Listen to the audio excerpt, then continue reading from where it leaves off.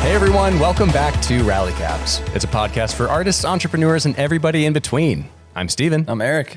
And today we have a very, very, very special friend and guest on the show. Aw. His name is Joshua Martin, aka Cine Dailies. Dailies. Let's go. Josh, welcome to Rally Caps. Thanks for having me. This is exciting.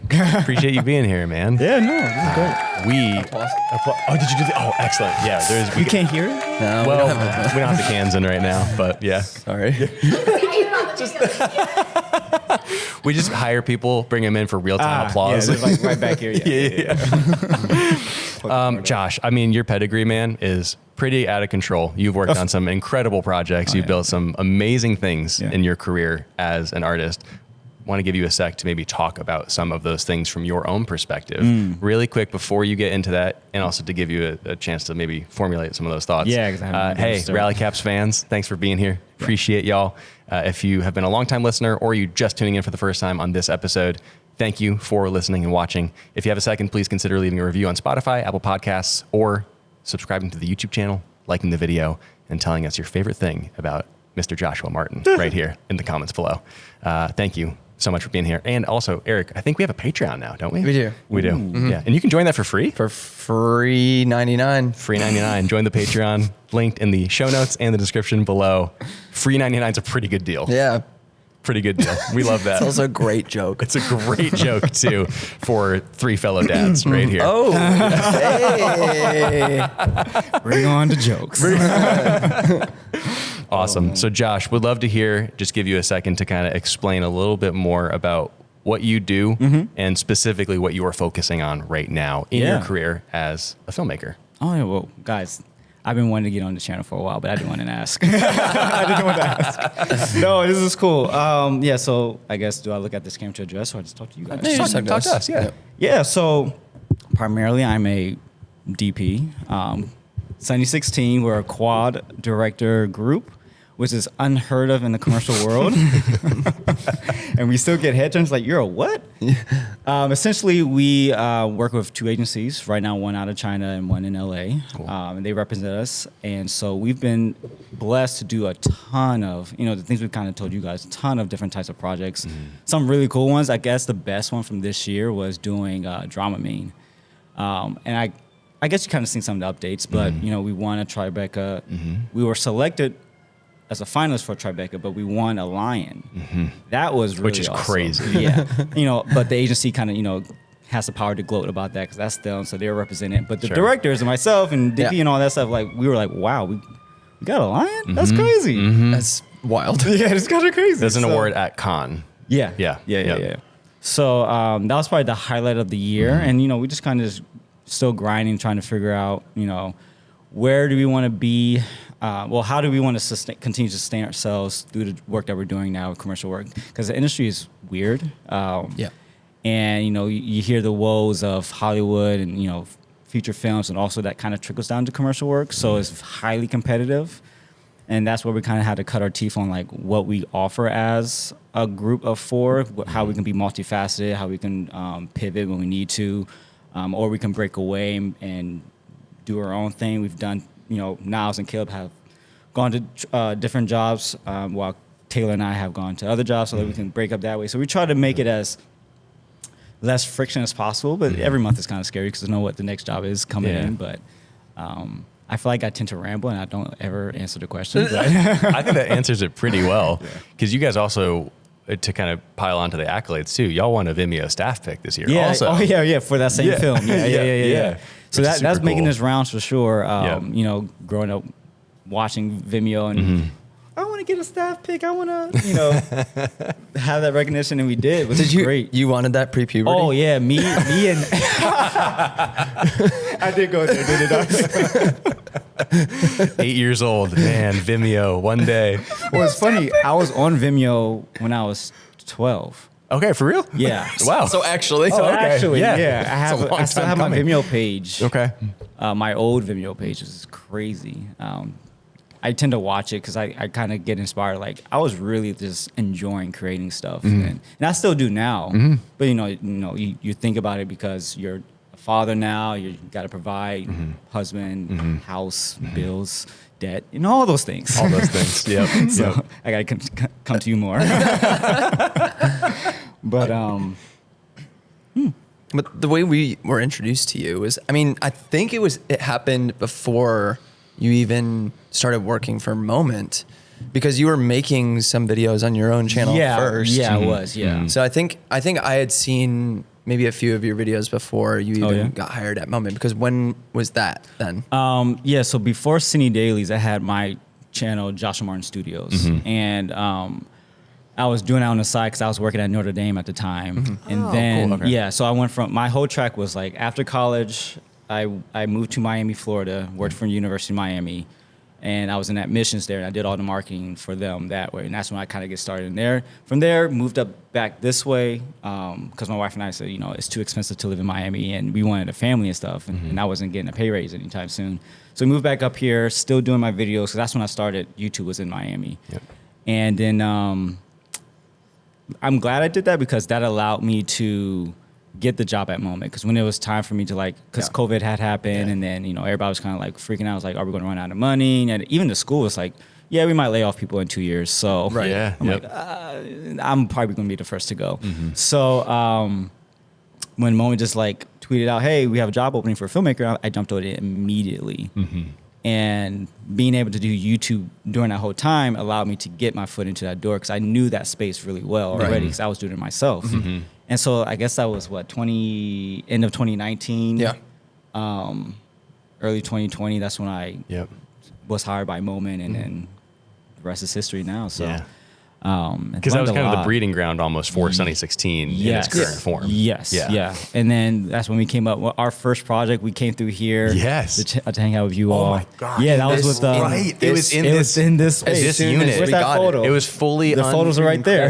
We took those portraits of y'all. It was unfinished in here. Unfinished. You It was were bare. you were the first people to actually see Kinda it. walk through here. Yeah. And then we ended up being kind of in the ad also. I forgot we were Oh, yeah. we were in certain scenes. And we Yep. shot some of that stuff here. Yep. Y'all Yep. took a red eye in super early that morning. So remember, they came you drove. They came to me. I Oh. came and get them. Yes. And then we came through this way. That's right. And then we drove down to Louisville for Todd to meet up with Todd. Yeah, I vividly remember we saw Caleb on the street outside of our go-to coffee shop near the studio, and So as soon weird. as he saw us, he just full tilt ran as fast as he possibly could with his Sony in hand, and it was the shakiest, most beautiful footage I've ever seen. It was incredible.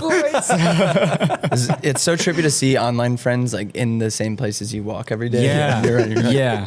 What the? Yeah, and I wanted more, and honestly, I want more of that. It's that's why I love coming back to see you guys. Yeah. It's not as often as we would like, but because the internet's so big, and sometimes when we get just so in the routine of doing stuff, we forget we should actually go see people, right?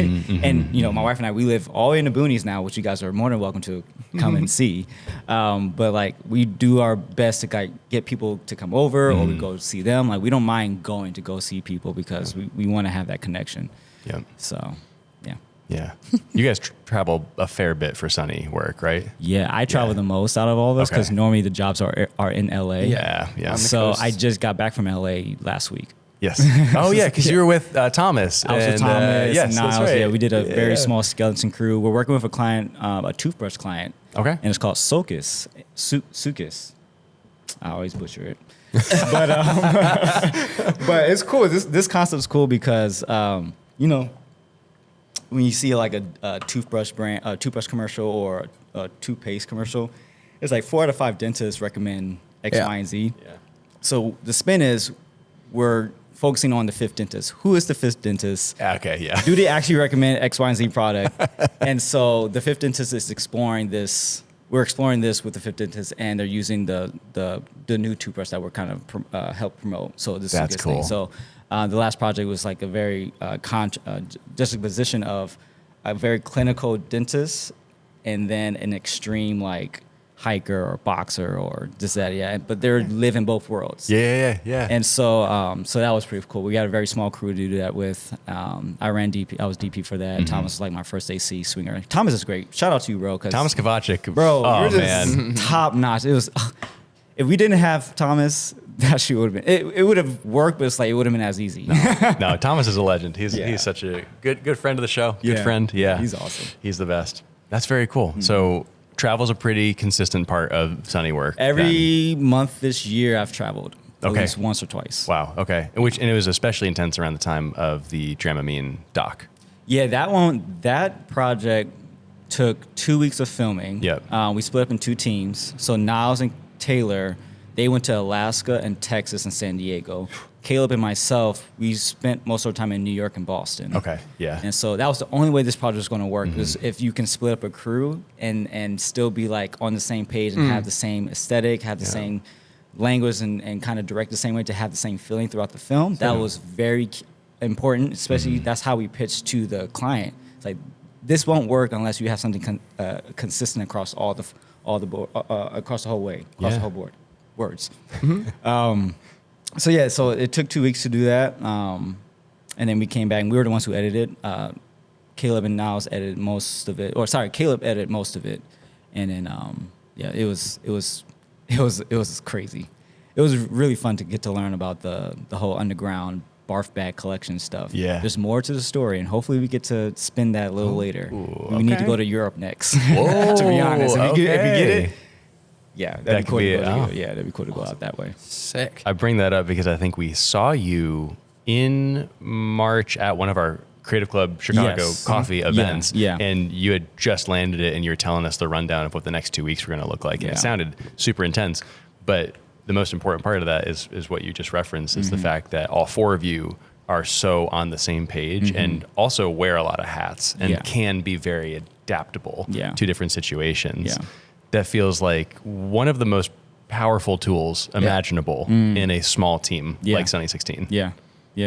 I when we get projects, we kind of have to become a hive mind, in a sense, where we all have to wear the director's hat, and then that allows us to kind of distill the project in 4 different ways for us to kind of digest it, and then kind of now this is pretty much our voice for the most part. Okay. He's pretty much the face, but we all come together. We all kind of talk through it, and we all have different perspectives that kind of make this, wrap our heads around it. Yep. Then when we get the project, that's when we distill into our disciplines. So Caleb and Niles tend to be more on the director side for that, which is the wheelhouse. They know how to work with people really well.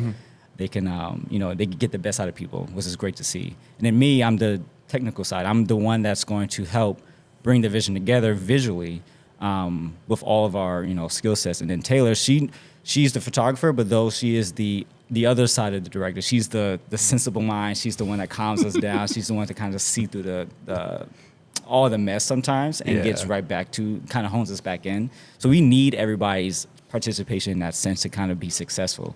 If it's not the 4 of us, then it's no Sunny 16, honestly. Yeah. Yeah. No, that's fair. I mean, what's interesting is, so to bring it back to you starting YouTube in 2019 on your own, that's a similar story to really everybody in the group in Sunny 16, whether it be Niles and Caleb kind of dabbling in their own stuff, but also making content for Moment. And now Taylor also having Taylor's doing great. her own YouTube channel as well. How do you feel that is a factor in, especially in a market where a lot of commercial work is turning to UGC and really wanting the influencer style stuff? Yeah. No, I'm glad you bring that up, because that's always the conversation we tend to have. Whatever job we're doing has a social element to it, and that's where we kind of sink our teeth into it, because we live in that world every day. So it's me and Taylor now. Like, we all have that history of Moment, but then now we're still continually doing it now with Cine Dailies and Grain Check. Yeah. And so sometimes it's funny working with these clients, because they say they want social, but then they kind of clamp down and like, well, we need to be like this. Like, well, that's not social. Right. So it's still a lot of like grooming, and still kind of like, you're saying this, but it's really this. Sure. You have to educate them. Yeah. You're like, hey, look at all of our experience across the board. We know we these had to come and platforms. ask the experts to be like, yeah, we see your idea, and we have to acknowledge your idea, because the creatives from the agencies, that's their job too. Right. And so it is a team effort to kind of try to meet in the middle. Sometimes we don't get there, and just kind of just default to do what they think is going to be best. Yeah. Yep. Just make them happy. Yeah, just make them happy. Sometimes eat your vegetables, right? Vegetables are delicious, so. It really can be, at least. But then the times where we can like kind of have full range, that's when the project does really well. And going back to drawing, like we had almost complete full range of, I would say 80% of like is kind of coming from us, how we view the characters and how we view how the story should go, especially in the edit. Now, when in the edit, the agency, had their, say too. So it was really just kind of going back and forth. But there've been a handful of projects this year that we've had kind of like full control of the creative when it comes to the social side of things, because people tend to trust us now. Now we have the body of work to actually show that. Yeah. And, and social media is always changing. That's a hard thing too. So it's like we know what we know and we know what's good, but sometimes certain clients would rather have, X, Y, and Z. We'll try to adapt to that and see how it goes from there. But we haven't had that much of a, we've had a few jobs we lost because of that, but sure, nothing that's like we've been over backwards all the time. So yeah, no, for sure. Yeah. What, to kind of speak to the you working with an agency kind of component of it, because I think that's something that a lot of younger artists are maybe interested in, like just understanding a little bit better, because I think kind of sounds a little scary. It almost is, like, oh, it sounds like such a foreign concept. Like, how do I even find, an agent or an agency? And like, how do we pitch jobs? And like, what does that process look like for the four of you in relation to the two agencies, the one in LA and the one in China that you guys work with? When we became on our own at 716, we didn't know where the next job was going to come from. Yeah. And, the benefit of having a social presence coming from Moment and stuff, you have people from all over. And so when we announced that we were going kind of rogue, kind of solo, we started getting inquiries and or saying, hey, I have this project, I would love for you guys to kind of do X, Y, and Z. Like, that's how we kind of got started. So it was our presence beforehand that got us jobs. And eventually one of the agency that represents us now, Preston, love you, Preston, he and Gabe, they had been following our content, and so they had reached out to us and jumped on the opportunity because he saw that the industry was going more social, and they needed someone like us to kind of push that forward. Sure. And so that was the blessing for us. Now, that's not going to always happen with everybody, but it is helpful to have a platform because you don't know who's watching you. Yeah. And so and I don't even know how to get on. So I can infer to how to get on an agency's roster as a DP at least. A lot of times it is cold calling. It's a lot about who you know. If you know of an agency that's in your area, try to get, just like an email chain going of some sort. Like, you just had to be relentless to get noticed. But also do that work, like create spec works. Right. Spec work's gonna be your bread and butter for a lot of stuff. Have a hot reel, have a cold reel. What's the difference between those two? Yeah, a hot reel. Microwave, right? Yeah, Is that totally. Cool. Microwave radiation. Easy. Hot pocket. I want a hot pocket now, actually. Those are so good. So a hot reel is typically the reel that's hyper focused on a particular job that you want to get hired for. Sports, strictly sports reels, right? This very thing that you can do well, and it's just that. And it allows you just to email Nike directly. Here's my sports reel. You don't want to send a cold reel to a specific client because you're not going to have a wedding sending it to Nike. Sure. They're not going to hire you for that. Yep. So the cold reel is like just the general purpose content. It's like, this is what I do overall. And typically that's more like the filmmaker kind of pool that you're doing, smaller productions and whatnot. That's just your cold reel to get a general sense of people coming to your website or emailing you. Say, this is what I tend to do, right?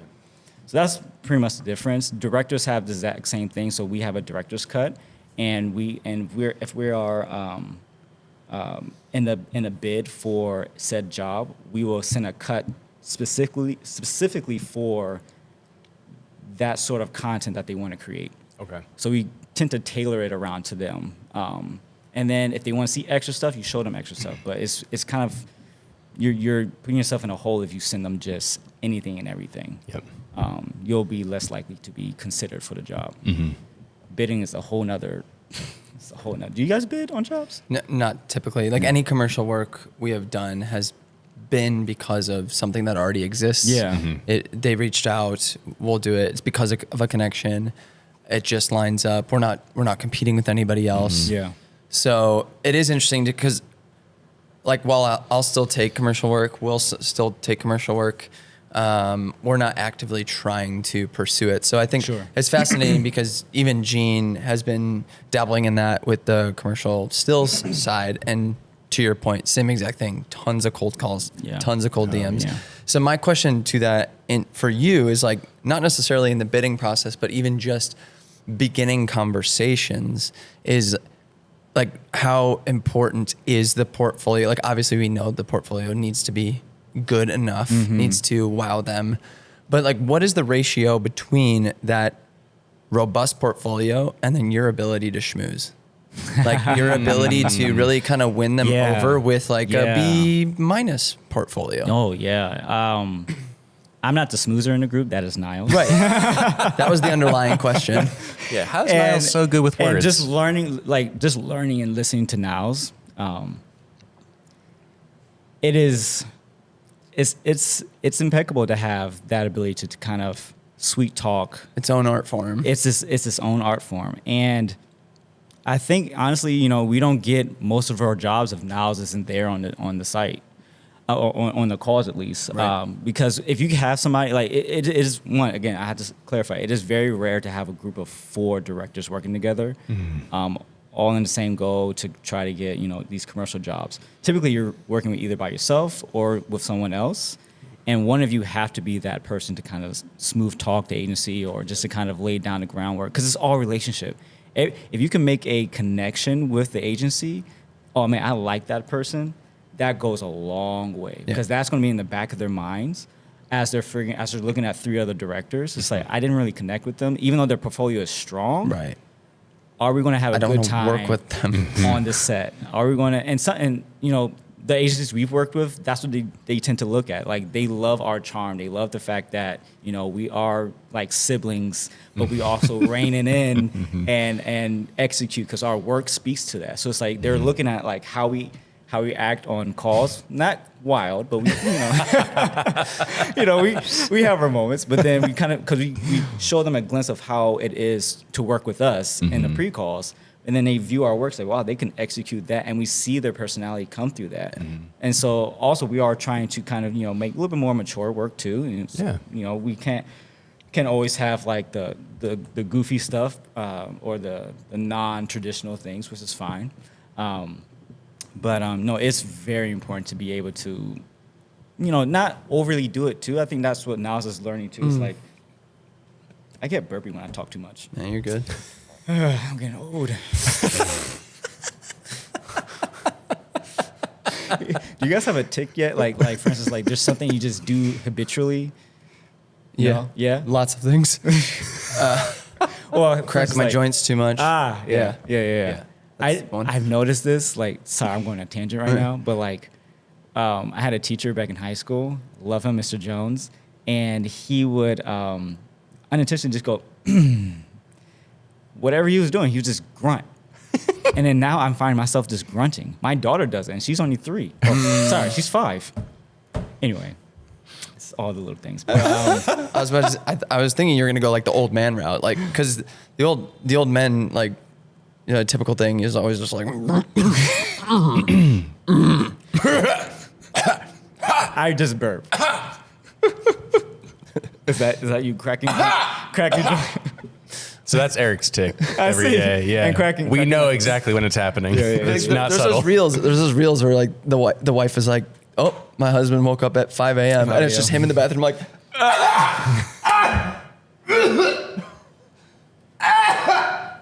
Are you dying? But like the families that grew up with that know exactly what that is. Yeah, that's true. It's my dad. Every morning in the bathroom. Yeah. That one sounds familiar. God, That's my dad. Yeah. I'm hot now. I need more water. Hot reel. You talk more about Niles. I'll get you more water. Or wait, whatever you're talking about. Yeah, it was just more like the balance between having a good portfolio and then being able to talk about that work, right? Is it 50-50 then, you think? Like you can't have one without the other? People are landing jobs because they have a great reel and they're like milquetoast personality. Yeah, it's for me it's hard to say. I've seen it go 50-50. I've seen it go, 70-30 or swing the other way. So it's really just depending on the agency. If you can gauge, thank you. If you can gauge if the agency is really digging your work, they will say you have the single bid. This is you. After that pre-call, single bid. But if you need to kind of massage or they come back with no's, you got to be able to pivot, and work on that treatment and then just deliver it. It's just like you really got to. It's just that marrying of the idea with voice and words, because you really can't. You can show them your reels and stuff, but it's like how do you convince them that you are the best person or the best group for that job? And it's really just it's an art.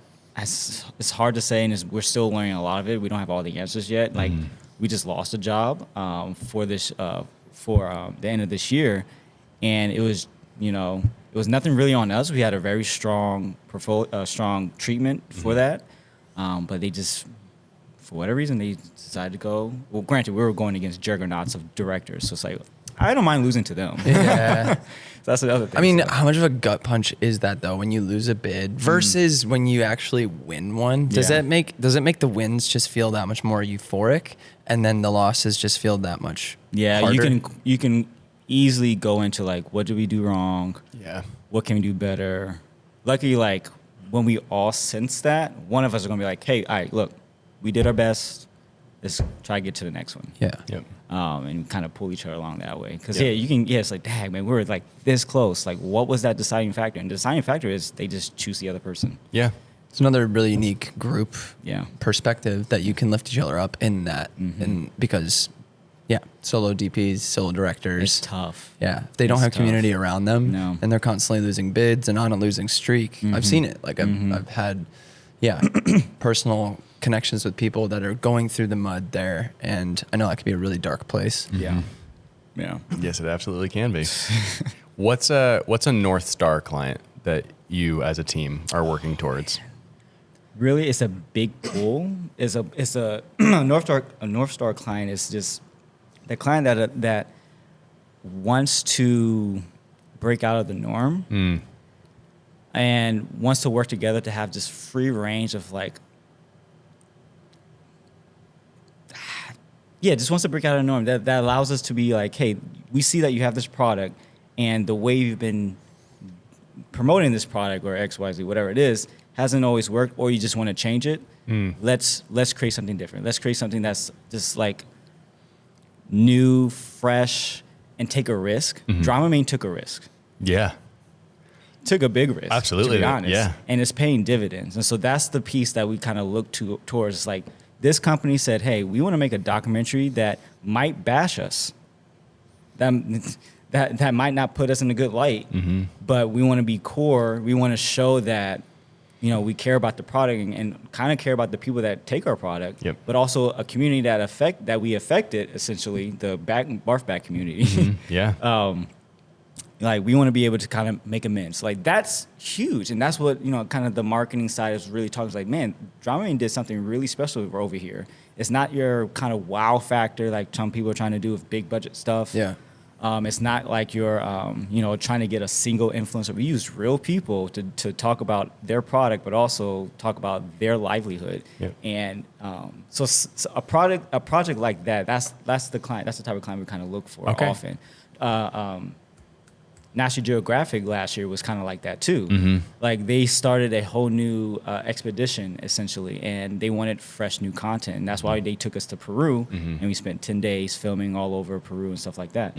So they took a risk in the sense where, we understood like it's still Nat Geo. There's still a level of quality we had to present, but like what's fresh about having actors on there or having real people, or how do we incorporate wildlife? How do we incorporate the native people? How do we incorporate the land? Like they wanted to know how can we bring something a little bit different than what they're used to, but still honor Nat Geo. And that's like, when we got that presented that challenge, I was like, whoa, that's a lot to think through. But then we kind of stuck to our guns because we know what good imagery looks like, but now like, how do we tie in the story for that? Yeah.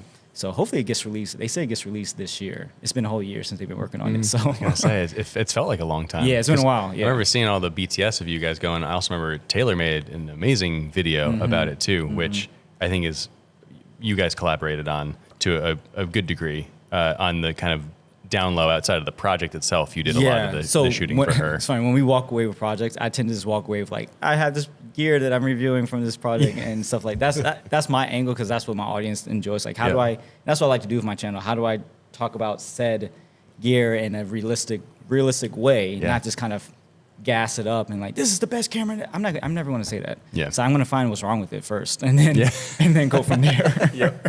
But yeah, Taylor, she did like a more of a holistic thing. Her journey about being a photographer and then photographing for Nat Geo and stuff like that. That was crazy. Same thing. Some of the thing we did for Spain.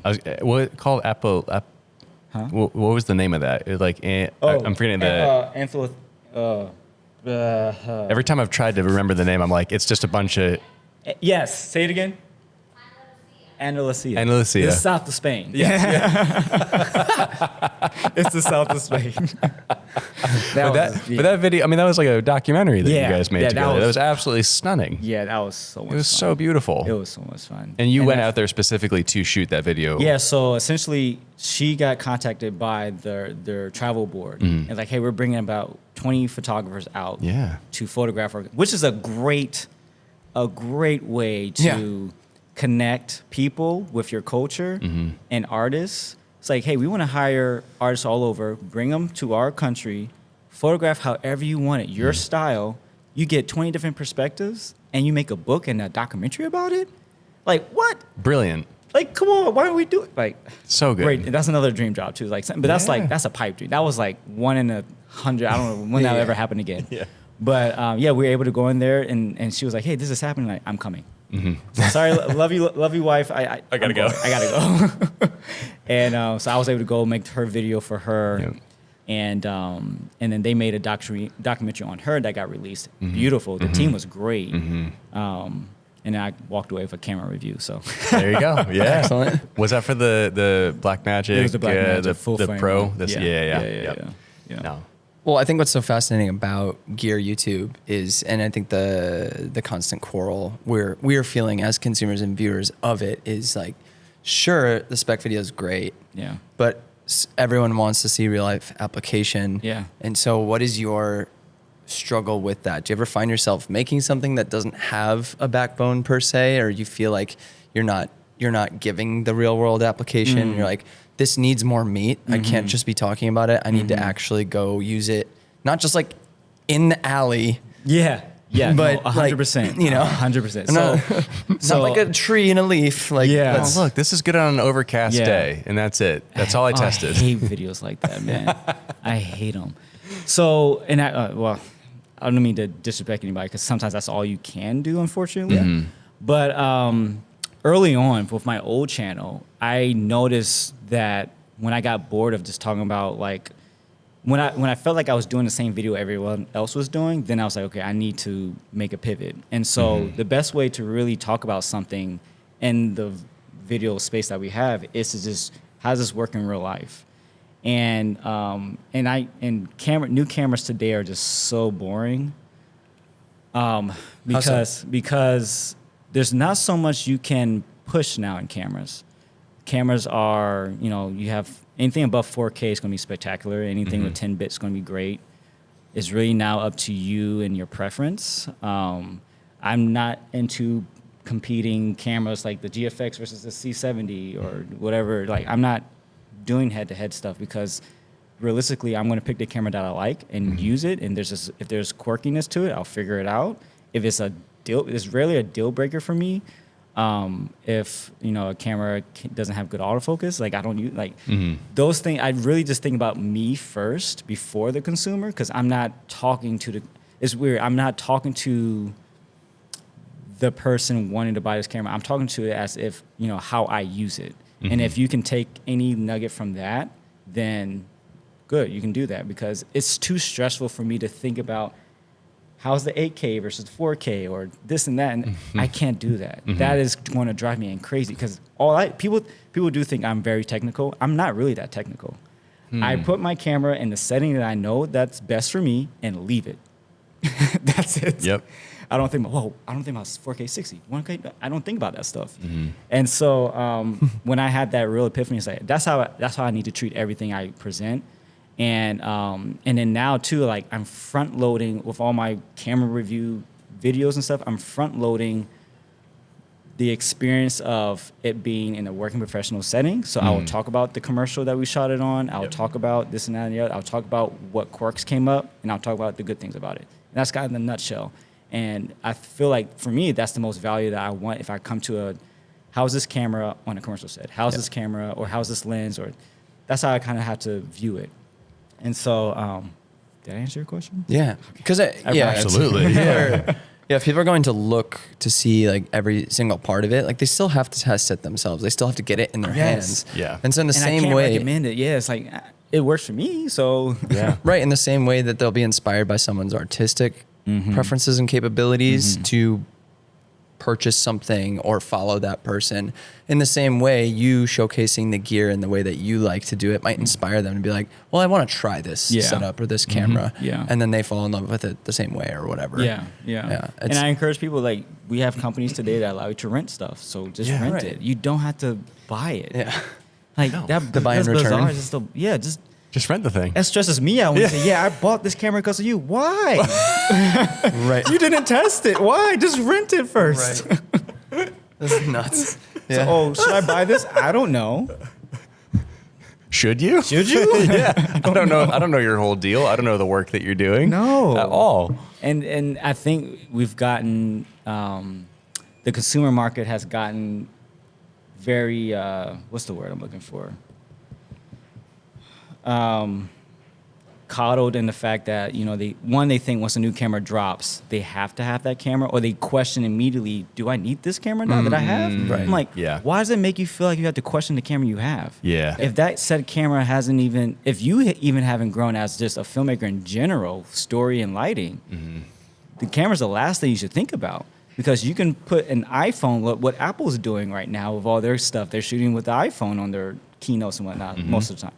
I don't know what the percentage is, but they have a pocket phone shooting great video because of lighting and story, camera movement, all the fundamentals. So like the camera gets so put on a pedestal and everything else gets falling by the wayside. Yep. And then the person gets unhappy, buyer's remorse, because they realize their whole skill set was predicated on the camera and not actual skill sets. Yeah. So there we go. We're good. Getting worked up over here. Man, it's throwing water left and right. Okay, so to build off of that then, what are other things maybe for more beginner to beginner intermediate filmmakers? What kind of gear would you recommend they look at instead of just trying to upgrade their camera body all the time? Well, I think you have to figure out who you are as a filmmaker, because like even with the title filmmaker, you tend to wear a lot of hats, and Quite literally. And it's like for me, I had to figure out, well, if my goal is to be a DP, let me align my spending habits, my choices and gear to lead that direction. Yeah. Because you can be a filmmaker, but you love gaffing, so start to lead that direction, right? So it's like, that's how I kind of view it, because if you try to do everything under the sun, you're going to accumulate too much gear. You're going to experience buyer's remorse, or you're going to just stop altogether. Right. So it's like, it is hard in this middle portion of your career when you're figuring out stuff, but also like start building a team. I think that's the solo filmmaker journey is such a lonely journey, but we praise it because of like Matty Hapoya or Peter McKinnon or Casey. all this, like, but we forget that like good filmmakers have teams. And so if we don't embrace teamwork, then it's always going to feel like a rat race, in my opinion. And I never wanted to feel that way, because I learned quickly from being a photographer to moving to documentary filmmaking. Like, I can't do sound well. I can't direct well. I can do this well, but I need to find the other pieces to kind of help the puzzle come together. So, yeah. To quote our friends at Sunny 16, filmmaking is a team sport. You know, literally is. I love that slogan that y'all. Together. We did not plan that, but we knew where we were going with it, and that's the most important part. It's genuinely one of our, we say it all the time. Yeah, I mean, here. you guys are doing it too. Like, you guys Yeah. come together, get projects done. I enjoy all the spec work you guys do. I want to get on one of them one day, but Oh, say less. Let's do I'll it. bring the whole gear truck, you know. Okay. I wish I had a gear truck, but just a barn. Yeah, no, but it is genuinely so true, especially for filmmaking Yeah. in particular. Like it's better with a team. Yeah, it Like is. absolutely. Go, what is it? It's go faster alone, go Oh, yeah, farther together. Yes. That's so Yeah, good for it's- filmmaking in yes, particular yeah. because like the rate of expansion for filmmaking in particular, you can, I think, go a lot farther and faster alone as a photographer, for example. Like it just Yeah. says there's not as many moving parts. Yeah. But when it comes to filmmaking, the amount of expansion that can exist there and the way you can level that up, that just requires more people, more it input, does. more talent, more like just there's so much more going on there. Mm-hmm. And to have a team is, like you said, extremely valuable, especially one that can be lean and can wear multiple hats at the same time. Yeah. And knows how to scale that appropriately Yeah. when the time is right. Yeah. Yeah, and it's something we're very grateful for here in our Yeah. studio as well. Yeah, and that's like, again, that's just the clear difference between leveling up as a creator is when you add on the team members, because everyone knows that once you have the team, you're like, oh wow, where would I have been if I didn't have these people? So until you realize that, you can make great work. You can have it's not impossible. It's just harder. It's harder to achieve the things you want to achieve by yourself. So, yeah. It's commendable, the selflessness you guys share and at Sunny. Like the fact that you can, the four of you, direct is pretty rare. Like that many people can work fluidly together. Yeah, sometimes it's funny on set where, because on the call sheet you'll have, Nas as director, Caleb as director. Actually, some like the Walmart campaign we did, it was all four of us listed as director. And so the crew was like, "There's four of you," and then the talent was like, "Wait, so who do I talk to?" Yeah, right. Yeah. It's like we understand. So then we had to kind of decipher like who does what. Yeah. But yeah, like I tell this, and I mentioned this to all of our agency calls too. It's like, even though you're talking to four directors, ego is not something that's present amongst us. We will distill, listen, and then either appoint whoever's passionate about wanting to take command for this job, and everyone else will fall into their roles. But then we're constantly talking to each other. It's a hive mind, basically. Yeah. And so I try to make that clear because it is intimidating. It's like, how can this work with four voices constantly going? There have been times where, like, if I'm on camera and I notice something, I'll tell the talent, I'm like, I need to just distill to Niles or Caleb sometimes, because that does get confusing. So, like, putting myself back into the role that I am, and I want to be in that role, that's helpful for just moving the set along too, because but we'll all come together, decipher, and then kind of break out from there. Team sport, basically. Team sport, man. Distill, listen, appoint. I like that. That's a good little step by step. That's cool. We've talked obviously a lot about what you do with Sunny in a group context, but to focus in more about what we've alluded to a lot throughout the episode as well is your specific YouTube channel, Yeah. Cine Dailies. Do you want to just, again, kind of just give a brief plug for it and also what you mainly cover on Cine Dailies? Yeah. So, right now Cine Dailies is becoming my journal of my journey as a DP, really. Not in a solo sense, like traditional YouTube channels who are filmmakers and stuff. It's more of like, how do I operate in the commercial space or the doc space? And so just about every piece of content, like the big pieces of content that I want to talk about, I want to bring the viewer along of my successes, my failures, while talking about new lenses or new camera or new lighting. And I try to bring that gear that, that's been a blessing too. Like, companies want to send you stuff because they don't want to pay. But some things you do want to say yes to, like lighting and lenses, because those are just invaluable pieces of tech that's going to last you for forever. I rarely say yes to a camera. Actually, I've never been asked to review a camera other than the Blackmagic for loaner and the Kinefinity. I have the full frame one. I own one, but they sent me another one. Okay. Because I'm now an ambassador for them. Yeah. But I try to just make it a holistic piece of content that you're going to experience, especially from just like the working aspect. Because I know like right now I don't do a lot of. This is a very long-winded answer. I'm so sorry. No, keep going, please. Because like comparing myself to other channels, there are lighting breakdowns, cinematic lighting breakdowns and stuff. Your stuff is you guys were so good. But I don't talk about lighting a lot. I'm getting into it now because Apertures now is a partner of the channel too now. So I'm like, oh, okay, now I can have like fixtures that I actually want to use and then kind of put out there because I don't like using the budget stuff in my opinion. Yeah. I'm bougie. I am bougie in some ways. We've got a 1200X now. Hey. That's bougie. Sir. Hey. Sir. don't talk to me.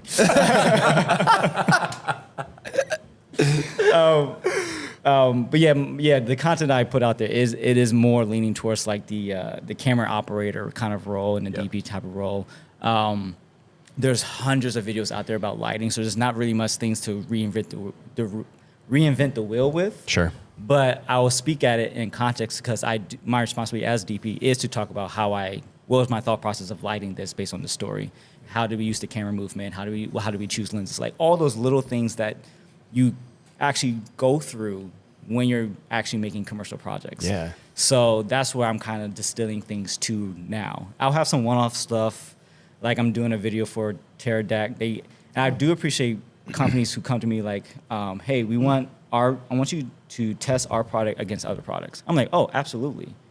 Because then that just shows like you're not afraid to go head to head with something that's actually might be better than yours. Yeah. And you're coming to me that because I'm not going to fluff it. I'm going to tell you what I like, tell you what I don't like. So I do like companies that do that. So I have a video like that. But yeah, that's what I do. Yeah, amazing.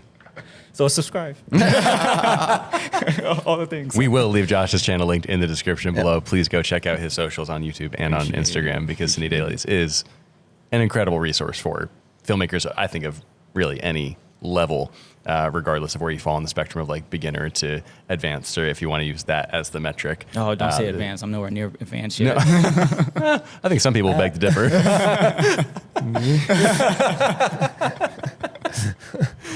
No, you're more advanced than me. What you saying? I don't. What? No, you do a great job of marrying the creative with the technical. Yeah. Okay, yeah. Yeah. Okay. Yeah. You do. I don't feel that way, but okay. Thank you. Oh yeah, you never feel that way because when people tell me that, too, I'm like, no, that's not true. Yeah. That's not true. Steven's over here just like, oh man, if you knew the things he did. Well, let's flip it back on you now. Tell me every codec your camera can record in. Bro, I don't even know that. So No. What is your favorite codec though? Because you said I just use ProRes. Yeah, great. Yeah. Awesome. RAW is raw. Oh, duh. Can I rant? Please, Yes. always. It's a podcast. Golly, Yeah. yo, it's like this whole. Oh, it doesn't shoot raw. It doesn't have this, that, and the other. I'm like, who cares? You're uploading stuff to the internet. Yeah. It's gonna get crushed anyway. Yeah. Yeah. But I don't have the flexibility. Shoot better in camera. Yeah. Don't be lazy. Don't be- No, shoot for better real in though. camera. Yeah. Yep. Like if you followed Patrick Sullivan, Wandering DP. Yes. Yeah. You know, Yep. get it in camera. That's what Yeah. he preaches. Yep. You know, the framework, right? It's like how when you walk into your room, where's the light coming in? How do you amplify that? Like all Yep. the very fundamental basic stuff. Yep. But you can all the REs the shooting you normally shoot in ProRes. Granted, RE is a different beast. The sensor's crazy. But you can put this camera, this is GFX, in that same situation, you can pull off amazing stuff. Granted, this is a beautiful camera. I'm not gonna lie. Yeah. Not gonna lie. And Fuji just make a freaking cinema camera. Yeah. They need to make a cinema camera. Yeah. A production camera, not cinema camera. Production camera. Sure. Difference. You are releasing a video on that camera soon. Another one, yeah. No, you did one. Yeah, but I didn't have it for long. Okay. I only had it for like a month and a half. Okay.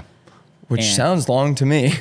And with the Not way that really. you put things through the ringer though. One, I do want to spend time with it. Two, Yeah. I was traveling during that time. So Ah, so when I had it, I was only able to do 2 tests with it really. And so those 2 tests are actually in the video itself. Normally I would want to put it on a production. We were going to use it on the last commercial we just shot at my house, which was really fun. The EcoFlow job? Yeah, okay, that was nice. really fun. It Yeah. should be coming out soon.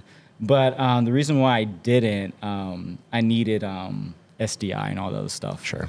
So, but this was going to be like a B camera because we were shooting on anamorphic, and I didn't have all the little cages and stuff on it. So I was like, I'm not gonna stress myself with trying to make this work.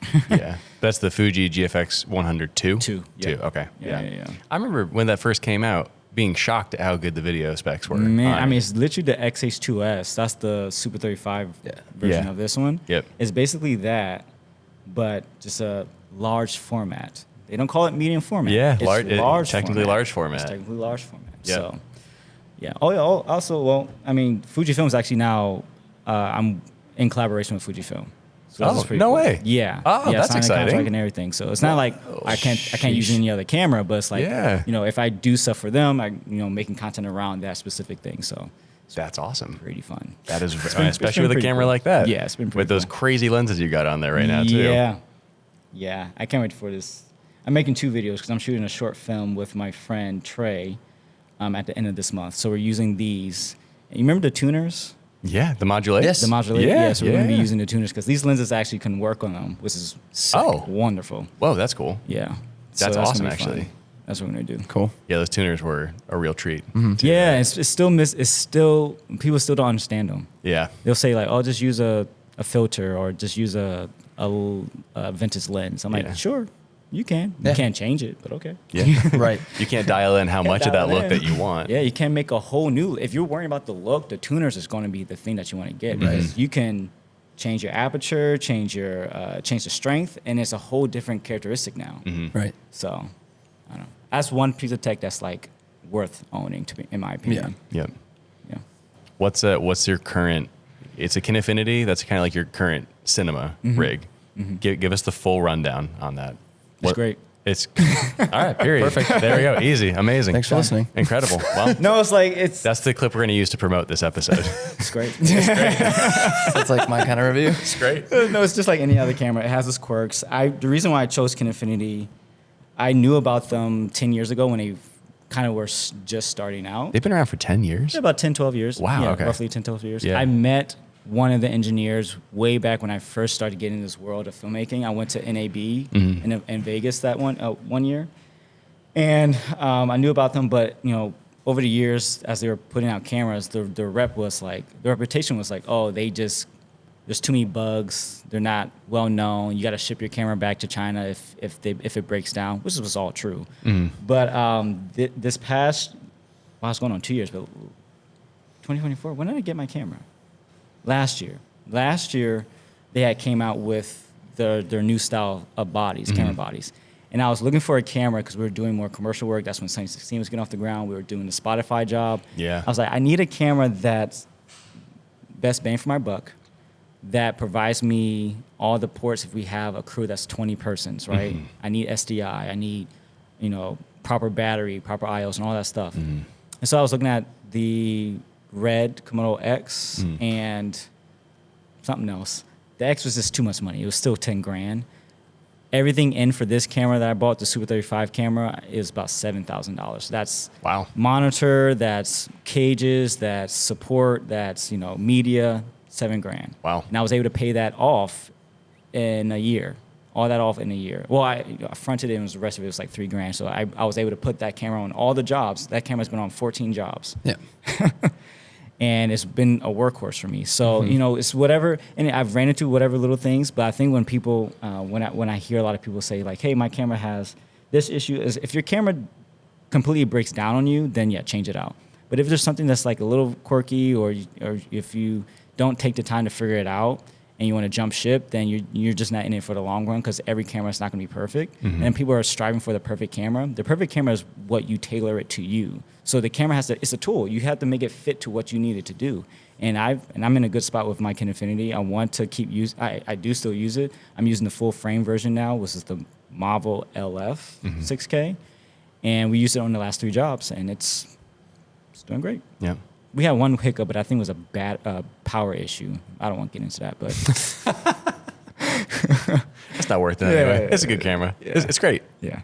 That's So the review. It works. It's It great. works. It's great. I got the image. What does the rest of 2024 look like for you on I a have personal no level? idea. Okay. It's always something different. Kids are growing up. Wife is doing great. jobs are just moving. I think if anything, it's just like continue to lay down a foundation of a financial foundation. I released the membership thing for my channel, and I really want to do that because I have a lot. As you can tell in this podcast, I can go on a rant for a long time. And there's videos. I have a list of 100 notes in my phone of video ideas, and I can never get to them. Mm-hmm. So it's like I want to be able to just put something out, and then just see if it adds value. If it doesn't, I'll scale back and pivot. Yeah. I just like to be able. Now that I've been doing content creation and just creating in general, I like figuring out how to make my content more efficient, more digestible. And sometimes I would just go like, here's everything, and then I learn, and then I come back, and then kind of tweak. Mm-hmm. And so the membership is going to be like my test bed for that. If people want to join, it is $10. Mm-hmm. That is a little steep, I think. But at the same time, I know I'm going to give a ton of videos. Mm-hmm. That one is just, hey, on my phone, talk. Yep. Maybe a little bit of editing, upload. So, and there's so much I need to say. That's the thing. I have so much to say. Yeah. So, but yeah, like I want to get into products, rental. Mm-hmm. Like I want to be multifaceted in that way. I have more eggs in my basket. Yeah. Mm-hmm. Start to build out almost like a little world around filmmaking. It's not just going to be the productions and the behind the scenes on YouTube. It extends into the physical stuff. It extends into assisting other filmmakers in whatever it is that they're doing. Yeah. Rent from Josh, you know, instead of buying that camera that you think he told you to buy when he never said that in the first place. Exactly. But, you know, rent it, try it out first, and like provide those options and just continue to build out that whole almost like ecosystem of the Cine Dailies universe. Yeah, exactly. And then too, a lot of people don't realize this too. It's like the jobs that Sunny 16 that we're on, the pay doesn't go to us individually. Yeah. It goes to a pot. Yeah. It's a pot. It's like that's how we provide for all of us it's a family basically. Mm-hmm. So like, you know, if it's $100K job, you know, that's going to our bank account to pay our salary. Mm-hmm. Yep. And so even like, you know, some of the Cine Daily stuff, Taylor and I, our sponsorship money goes to Sunny 16 because that's paying us still. So it's like a lot of those things where just figuring out ways to grow everybody. It's not just me. I like having that responsibility because it's, you know, it's servitude in a way, and I think God has put a servant mindset on my heart, and so that's where I want to be able to excel, use me. You know, it's. I used to think like it's about me, and that doesn't go far, and not at all. Mm-hmm. And I've been in places where. Can I tell this story real quick? Mm-hmm. Of course. So really how all of this, like this journey of me being in the content creation world and the filmmaking world, when I was in Miami, I took out a loan for $7,000. Mm-hmm. Never do that. Never do that. Took out a loan for $7,000, bought a bunch of gear, bought my first cinema camera, which is like it was a GH5. Love that camera. Mm-hmm. But I left my gear in my bag outside of my car. And it got stolen. Yeah. At least like $5,000 of that was stolen. And I was devastated. I was like, how am I going to pay this money back? I don't have everything I need. I was relying on the gear too. And the lesson and the blessing out of that is I had a dear friend, Cody. I told him about what happened and stuff. And he decided to reach out to all the brands that I had bought stuff from. And he said, hey, my friend got his stuff stolen. Yada, yada. It would be awesome if you can help him in some way. Mm-hmm. Two of the brands reached back out and wanted to help me. SLR Magic, they still are a lens company. Yeah. Andrew, he's been great. He took such good care of me. They were the ones who flew me out to NAB. I was able to kind of see all the filmmaking side of that stuff. I was like, it kind of blew my mind. I actually had no idea it was like so big. You know about Hollywood and stuff, but like you never see the back end of stuff, right? So seeing that firsthand really got me kind of going of like, oh wow, this is really fun, and started making content from that. And then slowly and surely, like I saw the blessing of because the lesson I learned from my stuff getting stolen, I was putting all of my faith in that gear to make me successful rather than putting it in God. And so that was kind of my, kind of like the Jonah moment where he kind of just pulls a rug from under you, throws you into the fish, and he's like, hey, I need to pivot you real quick. And so realizing that, and then getting blessed again, because the blessing was I was able to. You still got memory? Too good. Yeah, all good. I was able. That's when companies just out of nowhere started just sending gear to me, and I was like, "Why? I have nothing to show. I wasn't making anything." And it was just this weird kind of just like continuous blessing. And I realized, okay, if I'm receiving stuff, I know not to hoard it now. How do I pay it forward?